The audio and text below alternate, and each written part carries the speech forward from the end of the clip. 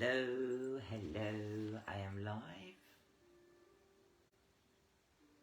Yes, I'm live. Today is Wednesday, it's the 29th of March, and I'm reading out of Scarlet Feather. It's a book by Joan Grant. She was a writer of far memory books. In other words, she wrote of her own memories from past lives. She lived from 1907 to 1989, and she was married several times, very interesting personality.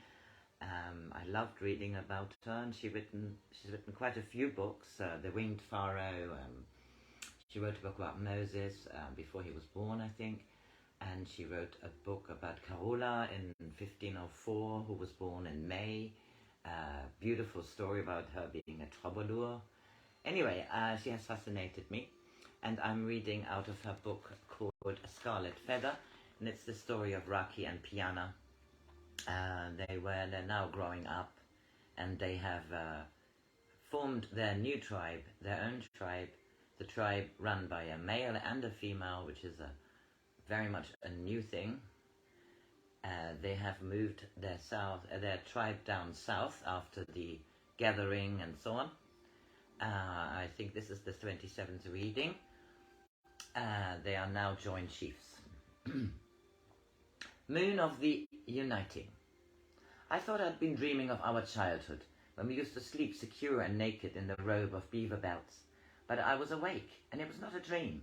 Raki stirred and held me closer, murmuring, "Don't let me wake up." "Wake, Raki, for this dream is not going to break with the morning."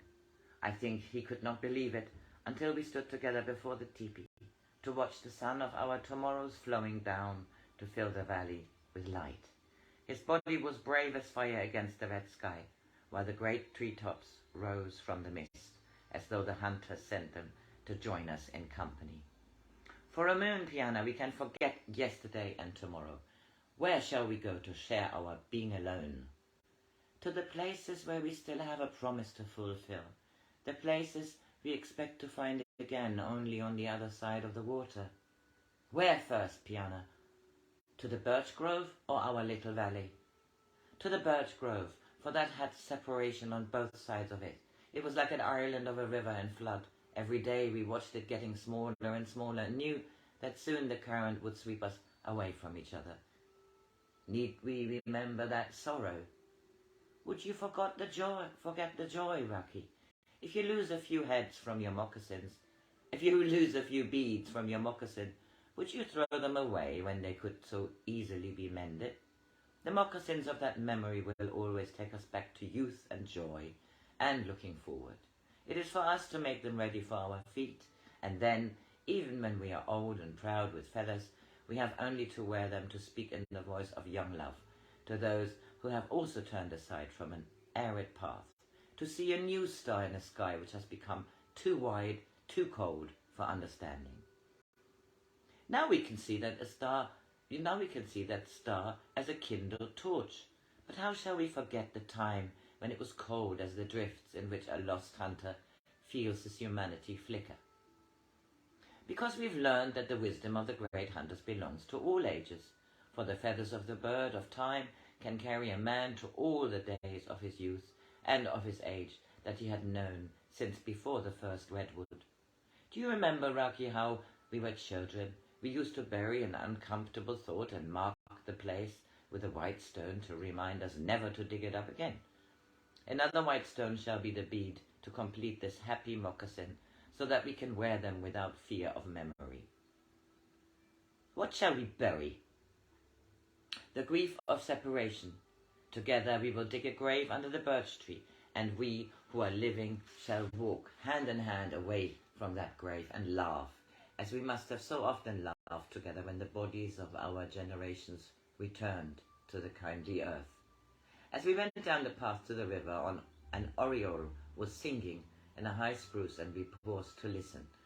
"It must be the great oriole," said Raki, for no ordinary bird could say so clearly, "Raki and Piyanah are happy." And that must be great chipmunk hurrying off to tell all the people of the forest to rejoice with us, who share their secrets. Even the lords of the trees are with us, Piyanah. He took my hand and spread the fingers against the back of a chestnut. The trees are warm with life. Yesterday they were equally alive, and it was only ourselves who could not share in it. But today they are part of us. And so is the grass, even the rocks are alive. He smiled. Do you think we could have died in our sleep and crossed to the other side of the water? Perhaps being dead and being really alive are the same thing. Yesterday we were two people, but now together we are a child of the great hunters. Because we are that child, our eyes can see the life in the trees, our ears can hear the laughter of the west wind, and our heart knows that the words the river sings are, love life and live by love. Yes, Raki, that is what happened to us. We do love life. We never realized until now that life has to be loved before we could understand it.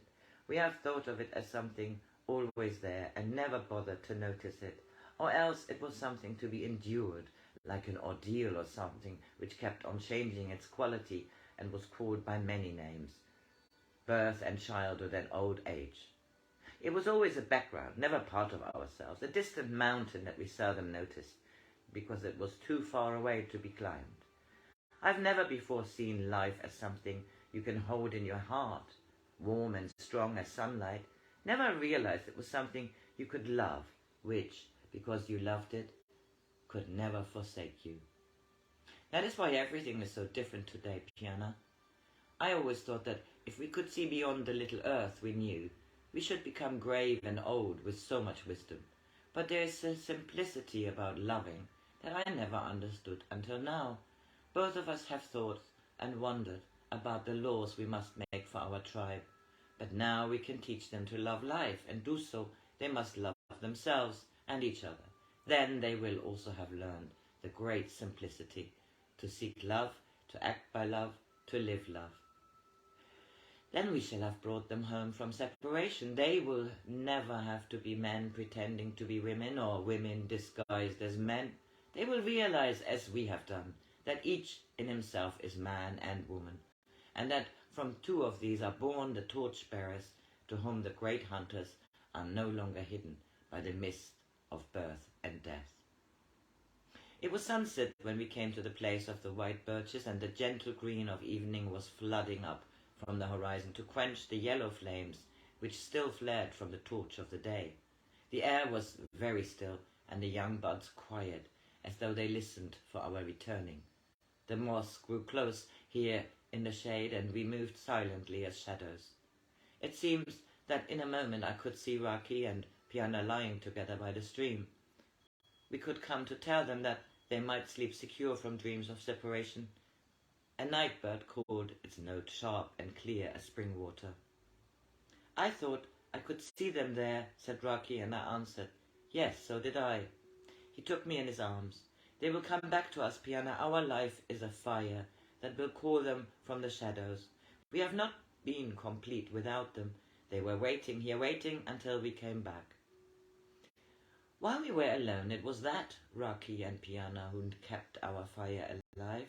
They were much more real than the warriors and the squaw, and much more real even than the two people who yesterday took the oath of eternity. It seemed the sleepers stirred and got slowly to their feet, then came silently towards us, who waited for them. For a moment I could see the girl clearly and pitied her for the fear in her eyes. I knew Raki could see the boy who stood there trying to smile, while the claws of separation, more cruel than a mountain lion, tore at his side. We have come back, I said, and heard Raki echo, we've come back. We held our arms out to the shadowy figures. Then Raki and I were together, alone among the birch trees. As before, we stayed 3 days in the birch grove, but this time we left in peace on our way to the little valley. We had been travelling northeast through the forest since dawn, and were crossing a narrow game trail when Raki stopped and said, Piyanah, do you remember that tree, the one struck by lightning beside the big rock?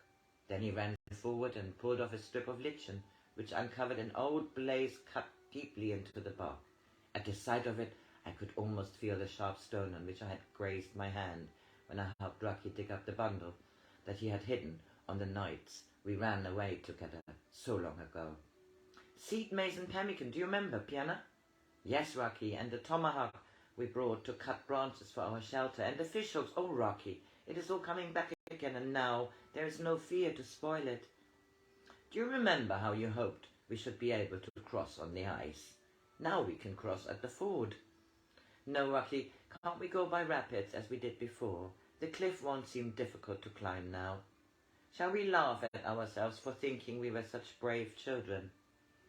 We will laugh with ourselves, the great laughter we are finding together. Soon we stood at the top of the cliff looking down at the galloping water.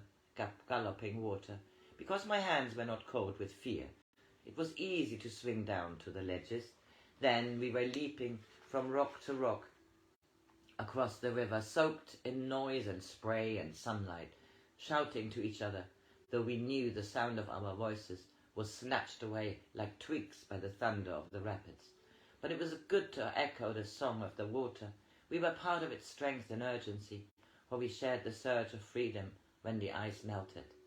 We were not quite sure whether we found the same place under the bank where we had spent the first night of our adventure, but again we pulled down sandy earth with our hands to make a shelter against the north wind which came with evening. So as to echo our first journey, we decided not to build a fire, but this time we had a beaver robe in which to sleep, a beaver robe in which to lie in Raki's arms and watch the star. We spent so long training our bodies to be obedient, Raki, I said sleepily, yet now that we let them do exactly what they like best, they are such indulgent masters. Raki chuckled. I don't feel as though I had been submissive. I feel more exalted than if I had climbed a mountain which touched the sky. I feel better than that. I feel as though I had flown to the top of the mountain, so would never have to climb any more. By noon the next day we reached the top of the pass.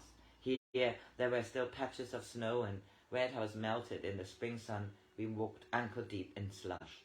Before we stood looking down the steep slopes into the unknown country. In the distance we could see our lake of the wildfowl, glinting blue under the clear sky, but our valley was still hidden by a fold of the hills. Raki smiled down at me. No black smoke, Piyanah. I am glad we saw it, Raki. Until now I was never sure whether it had been the choice. Whether, if we had the choice again, I would try to keep you away from the tribe. Our valley belongs to us more than it ever did before, because we had made ourselves free to come back. It's not only that we are a chief, it's because we tested our need of each other against everything else, and found it stronger even than we knew. If the great hunters had answered my prayers that I might be able to hide with you from the black smoke, there would always have been a barrier between us. You were never really happy when we had to hide. You would never have been happy if I had managed to keep you with me by saying that I would die if you went away. I always thought I should die if we were parted, Raki, did you know? Yes, I thought so too, and I hoped that it would happen quickly to both of us. It would have spoiled things for us if we had made you stay, or if you had sent me to the squaws while you became a warrior. It's better than being newborn. It's better than being reborn, the thing that's happened to us in the last 5 days. It's the knowledge that if we met one of the before people, he would recognize us as belonging to their kind, for both of us know the two halves of ourselves and of each other. We've learned everything we know as man and as woman. Whatever we have of courage or swiftness or endurance is male and female, instead of belonging only to either. He smiled. We both know how to strip a pelt from a gopher or the scalp from an enemy head, and unless you had told me that you'd made the moccasins, I should have never believed that you were as good as I am at making patterns with beads. I will race you to the rock where we used to watch the sunset, and then we will decide who has the swiftest moccasins. Across the slope we leapt like young deer, past rocky outcrops, through shallow snowdrifts, across narrow ledges which crumbled underfoot and sent showers of pebbles clattering down the hillside. He was gaining on me when I reached the stretch of mountain grass where the sentinel rock waited for us. I reached it in time to swing round, arms outstretched against the smooth stone, breathless, laughing, and more breathless still after Raki reached me. I had so often thought of the valley as we had left it, the fish trap above the second fall, the pine boughs guarding the food we had stored for the winter, the firewood stacked beyond the shelter, the stripped corn cobs thrown down by the stone I had used as grinding bowl when I had said, "I want everything just as it is now on the other side of the water, Raki, everything just as it is now, until I'm used to being dead." Only the twin pine was the same, and at its feet a low mound covered with brambles must have been our woodstock and shelter and winter food store. The fish trap had long since been swept away, and the dam we had built to make the pool where I filled the water jar had fallen to the strength of melting snow. "Look, Piyanah," Raki was pointing to the place where we had planted our first corn, where now there was a litter of dried stalks. "It was a real place of the corn growing," he said softly. "The cobs we hung to dry on our roof pole must have scattered, and the ground remained was kind to them. Year after year they must have seeded themselves, for those stalks are not older than last autumn." "But the shelter is gone and everything else," I said, feeling for a moment forlorn. "The shelter was dead wood cut from the tree, and why should the stream be tamed by the stones," we said, "if we were not here to thank it for its courtesy? But corn is strong as a tribe. We brought it here, and it has multiplied and flourished. Our tribe will be like that, Piyanah. It will start like a handful of corn, perhaps 50 or 100 grains, and we shall take them to a new valley, where the ground has never been furrowed. And when we leave them, because it is time for us to go to the other side of the water, they will no longer need us to look after them, for they are the seed of the generations who will be happier because we were born." Raki, I think you have just found the question which all men and women have to answer before the great hunters. Let them enter the land beyond the sunset. How many people are happier because you were born? That is the end. And the next chapter is the bitter mountain. How many people are happier because you were born? Good question.